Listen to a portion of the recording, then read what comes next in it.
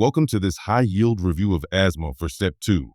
Our goal is to master the diagnosis, classification, and stepwise management of asthma.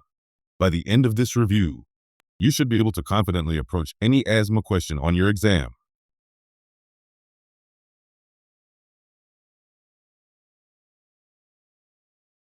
Asthma is defined as a chronic airway inflammatory disease characterized by variable respiratory symptoms and variable expiratory airflow limitation. An acute exacerbation is a reversible worsening of these features over a short period. Regarding age of onset, allergic asthma typically begins in childhood, while non-allergic asthma usually manifests after age 40. The key Step 2 distinction: asthma has variable, reversible obstruction. This separates it from COPD, which is fixed. Asthma triggers are divided into allergic and non-allergic categories. Allergic, or extrinsic asthma, is driven by atopy, the cardinal risk factor, along with environmental allergens like pollen, dust mites, mold, and animal dander. It is IgE-mediated, a classic type 1 hypersensitivity reaction. Non-allergic, or intrinsic asthma, is triggered by viral respiratory infections, the most common trigger in children, as well as exercise, cold air, GERD, and chronic sinusitis. The highest yield drug triggers are aspirin, NSAIDs, and beta blockers. Always check the medication list when asthma is poorly controlled.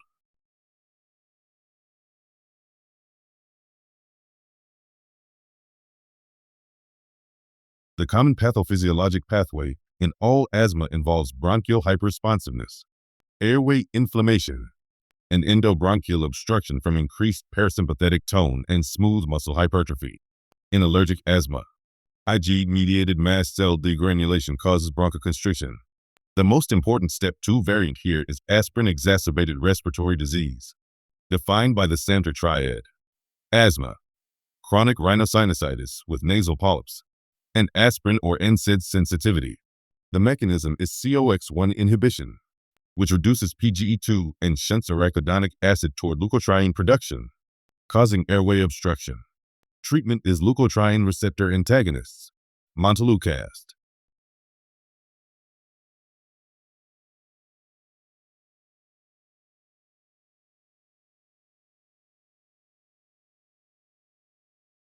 The classic clinical features of asthma include a persistent dry cough that worsens at night or with exercise, end expiratory wheezes, dyspnea, chest tightness, and a prolonged expiratory phase on auscultation. Percussion reveals hyperresonance. Commonly associated comorbidities include allergic rhinitis and eczema.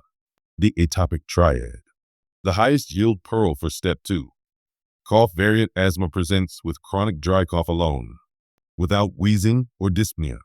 Confirm with spirometry and treat it like standard asthma.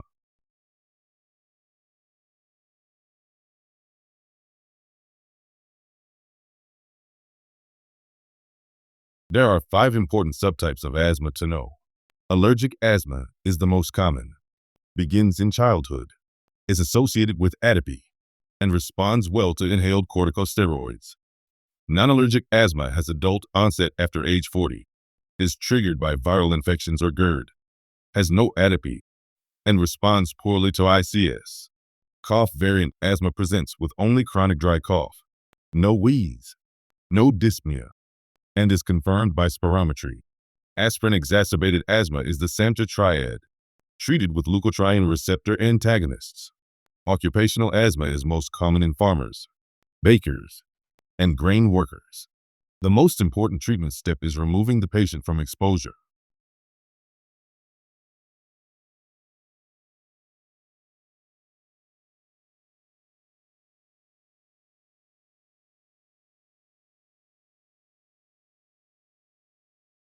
Spirometry is the gold standard for diagnosing asthma. It shows an obstructive pattern with reduced FEV1 to FVC ratio below the lower limit of normal. The key diagnostic finding is reversibility, an increase in the FEV1 of at least 12%, and at least 200 milliliters after a bronchodilator confirms reversible airflow obstruction. If initial spirometry is inconclusive, A methacholine challenge test is used. A drop in FEV1 of 20% or more confirms bronchial hyperresponsiveness. Additional workup includes CBC for eosinophilia, total IgE, allergen-specific IgE, and skin prick testing. Importantly, DLCO is normal or elevated in asthma. This distinguishes it from emphysema, where DLCO is reduced.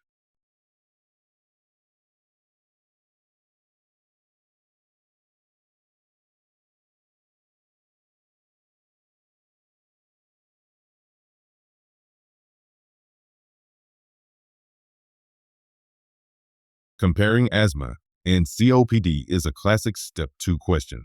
Asthma typically begins in childhood for the allergic type, while COPD presents after age 40. Asthma is caused by allergic or non-allergic triggers. COPD is caused by smoking or air pollution. Asthma presents with intermittent, episodic symptoms and asymptomatic periods. COPD is progressive and chronic.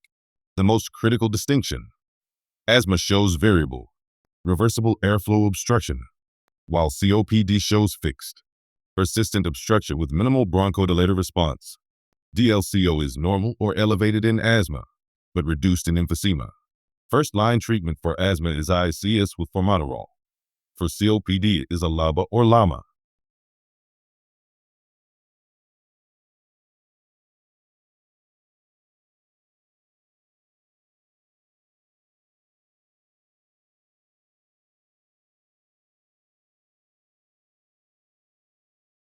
Asthma severity is classified into 4 categories before starting maintenance therapy. Intermittent asthma has symptoms 2 or fewer days per week, nocturnal symptoms 2 or fewer times per month, and FEV1 above 80% predicted. Mild persistent asthma has symptoms 3 to 6 days per week, and FEV1 still above 80%.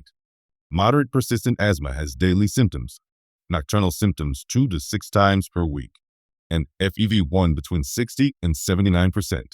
Severe persistent asthma has symptoms throughout the day, frequent nocturnal waking, and FEV1 below 60%.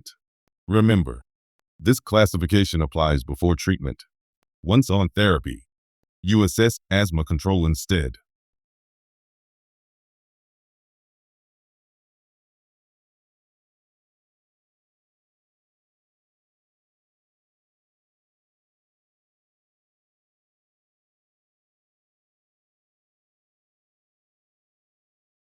Asthma medications fall into relievers and controllers.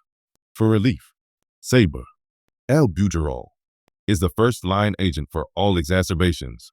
SAMA, ipratropium, is added for severe and life-threatening attacks. ICS with formoterol can also serve as a reliever under GINA guidelines. For maintenance, inhaled corticosteroids are the cornerstone at every step. The preferred combination is ICS with formoterol, such as budesonide formoterol. LAMA, specifically tiotropium, is added at step 5.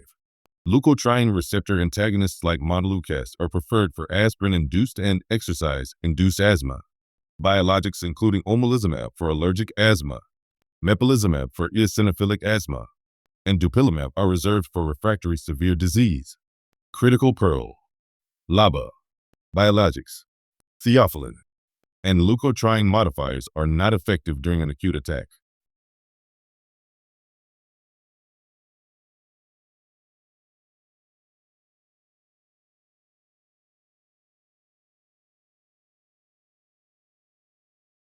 GINA 2025 recommends a 5-step approach for patients aged 12 and older.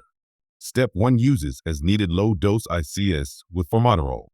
Notably, GINA no longer recommends SABA alone at step 1. Step 2 adds scheduled low-dose ICS with as needed SABA. Step 3 uses scheduled and as needed low-dose ICS with formoterol. Step 4 escalates to medium-dose ICS with formoterol. Step 5 adds tiotropium, considers biologics, and may trial high-dose ICS with LABA. The overarching principle: ICS is the cornerstone at every single step. LABA must never be used without ICS.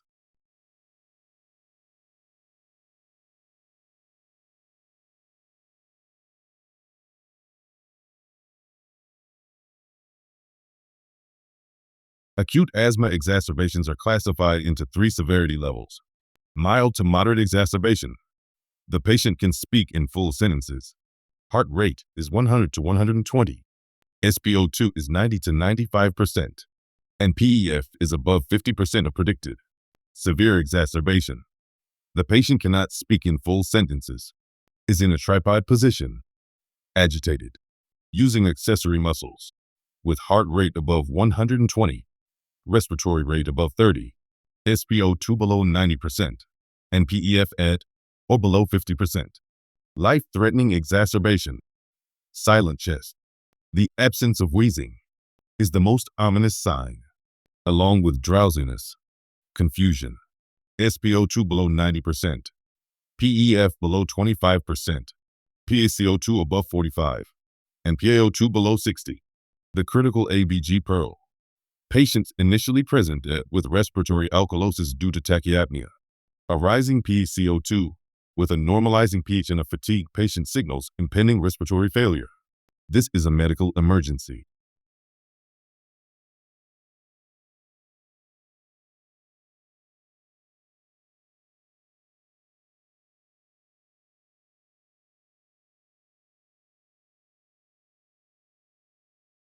Management of acute asthma exacerbations follows the asthma mnemonic.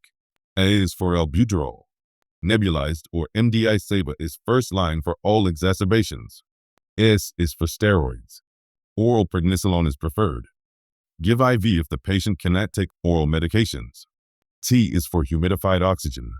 Use controlled oxygen via Venturi mask, targeting SpO2 of 93% or above. H is for Heliox or magnesium sulfate. IV magnesium is indicated for severe exacerbations with FEV1 below 25 to 30% in adults. M is for anticholinergics. Add ipratropium bromide for moderate to severe exacerbations. A is for airway. Intubate for cardiac or respiratory arrest, or life-threatening exacerbation not responding to maximum therapy. Remember, silent chest is a true emergency. Do not wait. And LABA, biologics, theophylline, and leukotriene modifiers are never used in the acute setting.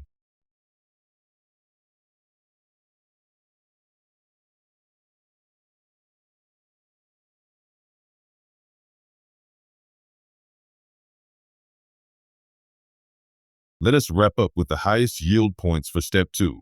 For diagnosis, spirometry is the gold standard. Reversibility, FEV1 increase of 12% and 200 milliliters after bronchodilator. Confirms asthma.